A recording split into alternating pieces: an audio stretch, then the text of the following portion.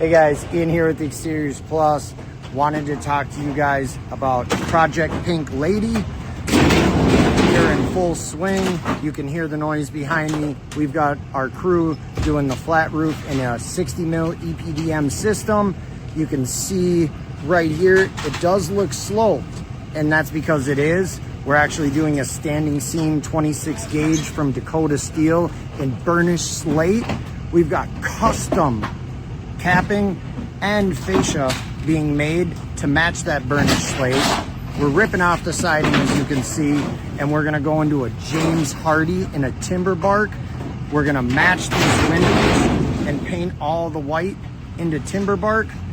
We're gonna paint the garage door too. At the end of this project, it's gonna be a transformation. You're not gonna wanna miss this.